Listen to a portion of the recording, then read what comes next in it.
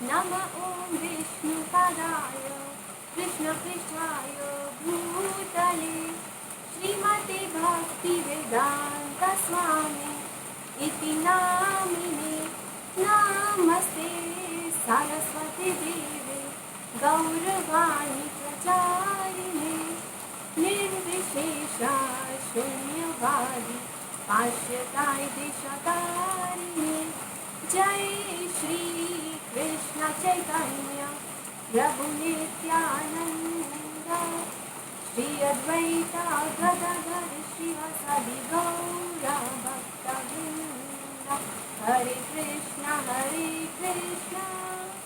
Krishna Krishna Hare Hare Hare Rama Rama Rama Hare Hare. Hare Krishna everyone. Wishing you all a very happy shiny Ekadashi. I hope every one of you is fasting on this auspicious day. Shiny Ekadashi is also known as Padma Ekadashi or Dev Shiny Ekadashi. Whoever fasts on this auspicious day, all the sins are purified and all the desires of every living entity gets fulfilled. So, to please the Lord Rishikesha, the master of senses, we should observe a strict fast on this auspicious day to please Lord Shri Krishna. So once Yudhishthir Maharaj went to Lord Shri Krishna and asked him about the one Ekadashi that occurs during the light fortnight of the month of Ashadha, June, July. Also, he wanted to know about the worshipability of this event and the process how to follow strictly this auspicious fast. So Lord Shri Krishna replied, O caretaker of the earthly planet, I must gladly tell you about the wonderful historical event that once Lord Brahma narrated to his son Narad Muni. So once Narad Muni went to his father Lord Brahma and he asked about the name of that Ekadashi that comes during the Ashadha month and how he can observe this auspicious fast to please the Supreme Lord Sri Vishnu. So Lord Brahma replied, O best of the great saintly orator, O the purest devotee of the Lord, your question is as usual excellent for the benefit of the mankind. There is nothing better than Ekadashi, the day of Lord Hari, in this or in any other world. It nullifies all the sins whoever observes a strict fast. So I must tell you about the importance, the significance of this most auspicious day, Shiny Ekadashi. Whoever observes a strict fast on this Ekadashi, all the sins are nullified, all the sins get purified, and all our desires are fulfilled. And whoever neglects to fast on this auspicious day is a good candidate for entering into hell. So, we should strictly follow a fast on this Ekadashi because Ekadashis are very dear to Lord Krishna. And whoever fasts on Ekadashi, they are very dear to Lord Krishna. We are able to fulfill Lord's desires because our only aim in this human life is to only fulfill Lord's desires, to satisfy Lord Krishna's senses. So now Lord Brahma said to Narad Muni that you hear very attentively about the historical event that took place in the Satyug, and I must tell you about the importance and significance of this auspicious day. I request every one of you to hear this auspicious story, this narration very attentively so that we can very nicely observe a fast on this Ekadashi and please Lord Shri Krishna. So let's hear. O son, there was once a saintly king in the Surya Vamsha, Sun dynasty, whose name was Mandhata. Because he was always stood up for the truth, he was appointed emperor. He took care of his subjects as though they were his very own family members and children. On account of his pity and great religiosity, there was no pestilence, drought, or any kind of disease in his entire kingdom. All his subjects were not only free from all kinds of disturbances, but also very healthy. The king's own treasury was free of any ill-gotten monies, and thus he ruled happily for many years. So this is a narration from Satyug when there was a king named Mandhata who was a very religious king who used to take care of all his kinsmen, all the people in the kingdom very nicely, just like a mother takes care of a child. And he used to follow all the Vedic injunctions very nicely as prescribed in the scriptures. So the kingdom of King Mandhata was a very healthy and was a very happy kingdom. Once, however, of some sin in his kingdom, there was a drought for 3 years. The subjects found themselves beset of famine also. The lack of food grains made it impossible for them to perform the prescribed duties and sacrifices and offer heed to their forefathers, to the demigods, engage in any ritualistic worship or even study in the Vedic literature. So because of some sin in the kingdom, the people of the kingdom, the king, they suffered drought and also famine, the lack of food grains, because of which they were not able to perform the ritualistic ceremonies, to worship demigods or to even perform some sacrifices for their forefathers. So finally, they all came before their beloved king in a great assembly and addressed him thus: O king, you always see to our welfare. So honestly, we beg for your assistance now. Everything and everyone in this world needs water. Water, without water, almost everything is rendered useless or dead.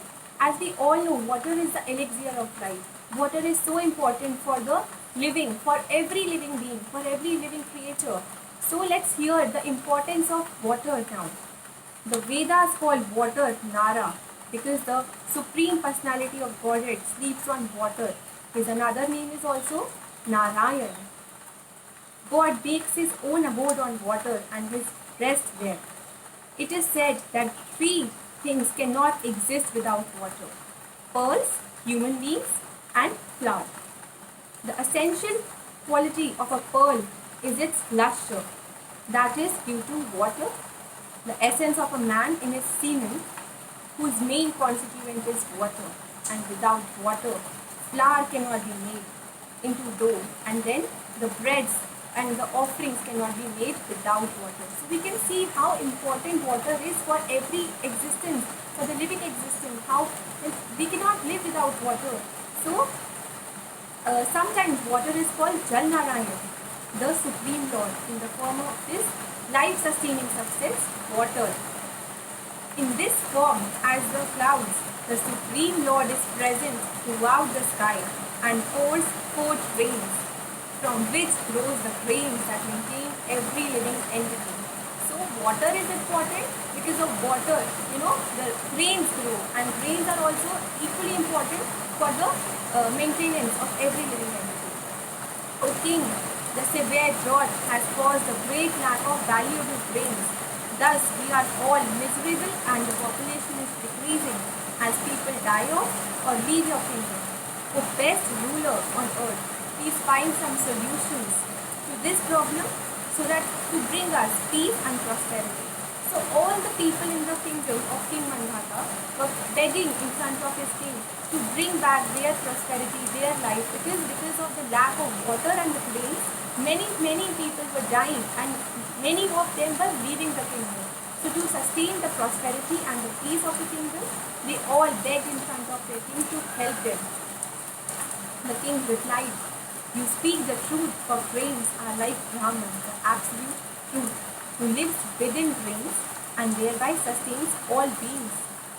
Indeed, it is because of grains that the entire world lives." Yes, the grains are so important. Because of grains, if we will not eat anything, if we will not drink water, we will not be able to live.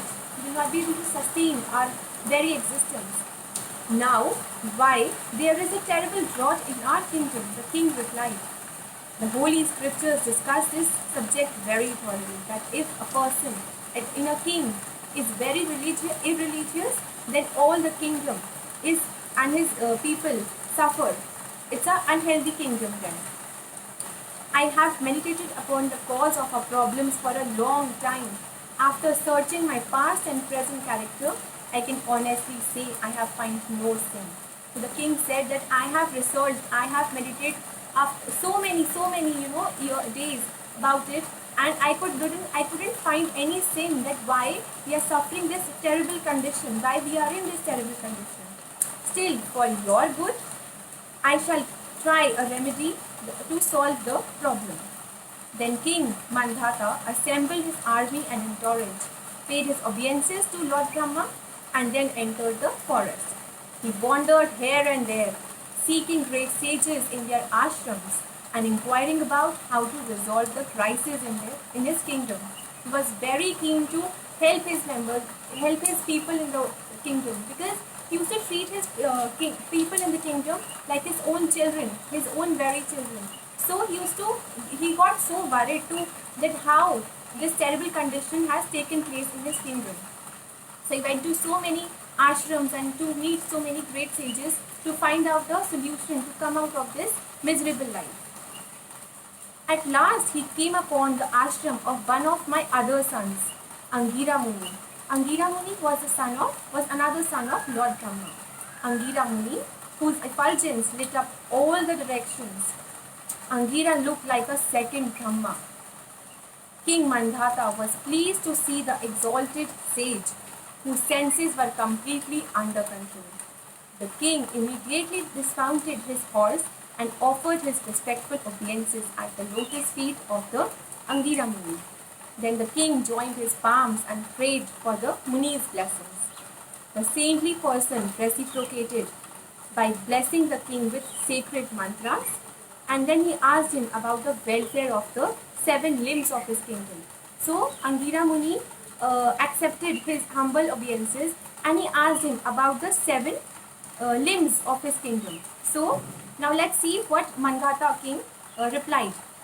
He told the Angira Muni, the king himself, the ministers, his treasury, his military forces, his allies, the Brahmins, the sacrificial performances in the kingdom, and the needs of the subjects under his care are the 7 most important limbs of the kingdom.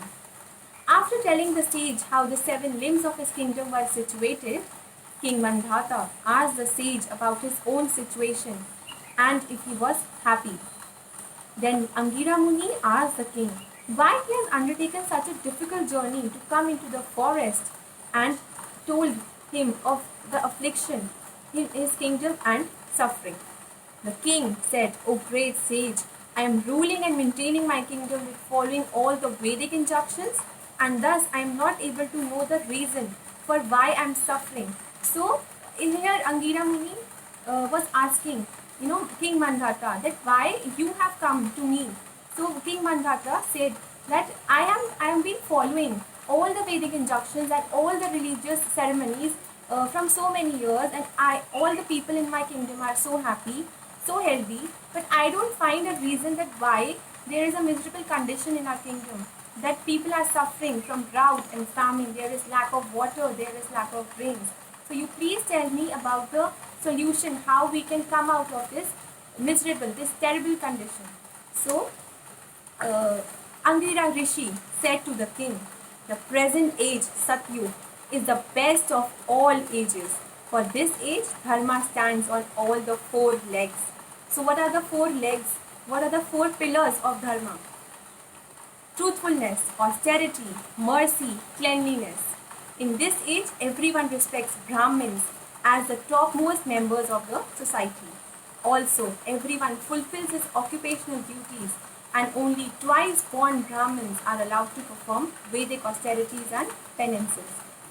Although this is a standard, O Lion King among the kings, there is a Shudra who is unlawfully performing the rites of austerity and penance in your kingdom. That is the reason why there is no rain in your land. So Angira Muni could find out the reason why there was lack of rain, lack of water, lack of grains in the kingdom. Because in the Satyug, the only penances and on the sacrifices were to be performed by Brahmins, and there was one Shudra in the kingdom who was performing all these unlawfully. He was performing all these sacrifices, these rituals. So because of his sin, the kingdom was suffering, the king was suffering.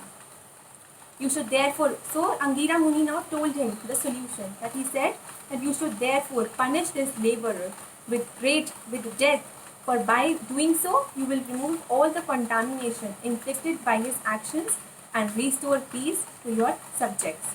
So he said, Angira Muni, that you kill him, na? And all the contamination, whatever the sins have been occurred by his actions, will all be nullified if you kill him. So, King Mandhata was such a kind king, was such a religious king that he said that uh, I shall not kill an offenseless performer of austerity and sacrifice. Please give me some spiritual solution. He wanted to know a spiritual solution. So Angira Muni said, O king, you should observe a fast on the Ekadashi that occurs during the light fortnight of the month of Ashar, June, July. And by its influence, plentiful rains and these grains and other foodstuffs will surely return to your kingdom. So Angira Muni said that you follow, you observe a fast, a strict fast, and all your people should also fast on this auspicious day, which falls on the light fortnight of the month of Ashar, which is the shiny Ekadashi he told him about, so that he could restore all the grains, all the rains, water in his kingdom, and everyone will be healthy again and happy again. This Ekadashi bestows perfection upon its faithful observers, removes all kinds of bad elements, and destroys all obstacles on the path to perfection. So whenever or whoever performs this fast, this sacred fast, all the sins get removed, and whatever obstacles comes on our spiritual progress, on the path of our spiritual perfection, they all get nullified, they all get removed just by fasting on this beautiful Ekadashi. O king, your relatives and your subjects should all observe this sacred fast Ekadashi. Then everything in your kingdom will undoubtedly return to normal. Upon hearing these words, the king offered his obeisances and then returned to his palace. When the Padma Ekadashi arrived, King Mandhata assembled all the Brahmins, Kshatriyas, Shudras, Vaishyas in his kingdom and instructed them to strictly follow a fast on this auspicious Ekadashi. After they had observed it, the rains fell just as the sage has predicted, and in due course of time there was abundance of crops and a rich harvest of grains. By the mercy of the Supreme Lord Rishikesha, the master of senses, all subjects of King Mandhata became extremely happy and prosperous. So we can see the merits achieved by fasting on this auspicious day. The kingdom became very happy, the kingdom became very healthy, with full of grains, water, foodstuffs, everything. Every person became so healthy, so happy in the kingdom of King Mandhata. Therefore, O Narad, everyone should observe this Ekadashi very strictly, for it bestows all kinds of happiness as well as ultimate liberation upon the faithful devotee. Lord Shri Krishna concluded, My dear Yudhishthir, Padma Ekadashi is so powerful that one who simply hears its glories becomes completely sinless. On O Pandav, one who wishes to please me should strictly observe this Ekadashi, which is known as Devshayani Ekadashi. So we can see here the Supreme Personality of Godhead, Lord Shri Krishna Ji himself is telling Yudhishthira Maharaj, which is also an instruction for all of us, that we should, so if we have to please Lord Krishna Ji, if we want to satisfy his senses, if we want to engage in his services, we should strictly follow a fast on Shayani Ekadashi, which is also known as Devshayani Ekadashi. So let's hear that why this Ekadashi is also known as Devshayani Ekadashi. Devshayani Ekadashi or Vishnu Shayani Ekadashi indicates the day when Lord Vishnu goes to sleep with all other devas, demigods. It is said that after this day, one should not perform any auspicious ceremonies until Devotni Ekadashi with the devas, demigods in the month of Kartik, October, November, because all the demigods being asleep, they cannot be invited for the sacrificial arena, and because the sun is traveling along its southern course. So, it is known as Devshayani Ekadashi also because on this day, Lord Vishnu goes to sleep with all other demigods, so we should not perform any auspicious ceremonies or any austerities during this time till the Kartik month, which happens in October and November, because the devas are in a sleeping mood, so we cannot disturb them and invite them for the sacrificial area. So Lord Shri Krishna continued, O lion among kings, Yudhishthir Maharaj, whoever wants liberation should regularly observe a fast on this sacred day, which is also the day of when the Chaturmas fast begins. So we should strictly follow a fast on this auspicious day, because Lord Shri Krishna ji himself is telling me that whoever wishes to please me, whoever wants liberation, whoever wants all the good merits, whoever wants all the perfection on their path of spiritual progress, they should follow a very nice and strict fast on Shaini Ekadashi. So I request every one of you to please follow a fast and observe a nice strict fast on this Ekadashi. And we should increase our chanting of the holy names of Lord Sri Krishna on this day. We should read more and more about Lord Krishna, Lord Vishnu, and engage ourselves in all the activities and satisfying Lord Krishna's senses. So I hope every one of you fast and get all the good merits and blessings of Lord Shri Krishna. Hare Krishna. Thank you so much.